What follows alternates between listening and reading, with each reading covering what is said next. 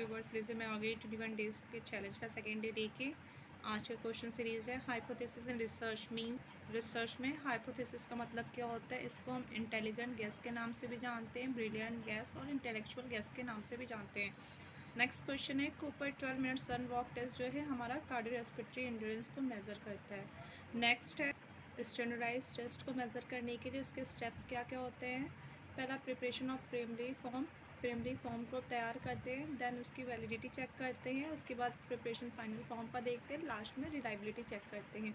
ये 4 स्टेप्स है जिसको कि हमको एज इट इज़ लर्न करना है। नेक्स्ट क्वेश्चन में बॉडी टाइप है, ठीक है। ये बॉडी टाइप को सोमेटोटाइप में आता है।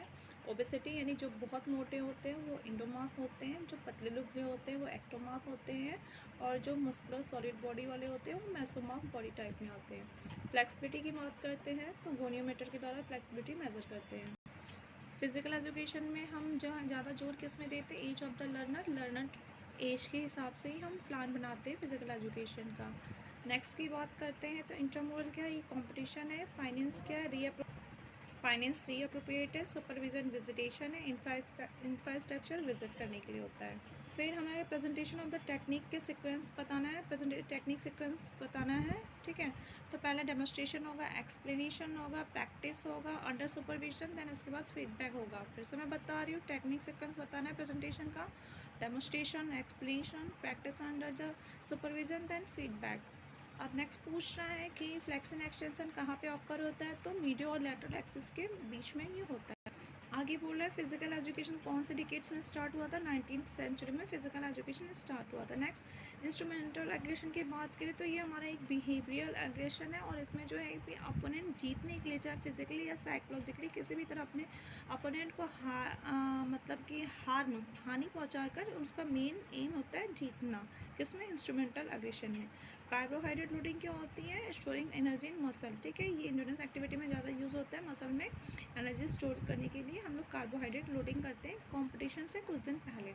फिर basketball injury, common basketball injury क्या होते हैं, इंटीरियर लेटरल लिगामेंट इंजरी जो है एंकल में होता है, ये interior lateral ligament injury basketball से रिलेटेड है। नेक्स्ट बोल रहा है फंडामेंटल रिसर्च डिज़ाइन किया गया था to create and develop the organisation of the body knowledge के बारे में जानकारी प्राप्त करने के लिए फंडामेंटल रिसर्च डेवलप किया गया था। वोमिटिंग होता है, इसका मतलब लैक्टिक एसिड हमारे बॉडी में ज़्यादा एक्युमुलेट हो जाता है, इसलिए वोमिटिंग होता है। प्रोटीन जो है बॉडी का बिल्डिंग ब्लॉक है और ये रिपेयर में भी काम आता है। गोल्ड मेडल जो होता है ओलंपिक में जो मिलता है उसमें 6 ग्राम गोल्ड होता है सिल्वर के साथ साथ। दैन YMCA के जो है फर्स्ट प्रिंसिपल कौन थे, HC बग थे। All India council of sports की बात करें 1954 में फॉर्म किया गया था। First member of the IC सरदार जी टाटा थे। साइकोमोटर डोमेन जो होता है वो किससे रिलेटेड होता है, ये मोटर स्किल पी से कंसर्न होता है। फिर एक्सरसाइज, इट मीन्स कैलेस्टिक एक्सरसाइज है, म्यूजिक के हेल्प से भी परफॉर्म किया जाता है, फ्री हैंड में परफॉर्म किया जाता है और ग्रुप में भी परफॉर्म करते हैं।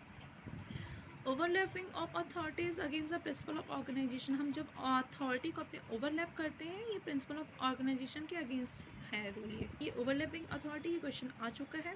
Getting the right fact to the right people at the right time, इसको हम लोग क्या बोलते हैं, इसको बोलते हैं हम public reaction in sports. Public reaction in sports का मतलब क्या है, सही चीज़ों को सही समय में सही व्यक्ति से प्राप्त करना है। प्रेशर ट्रेनिंग विंटर बॉटम ने दिया था फुटबॉल में। वेट ट्रेनिंग की बात करें फर्स्ट स्टार्ट हुआ था 1812 में, ठीक है। Thank you, keep watching.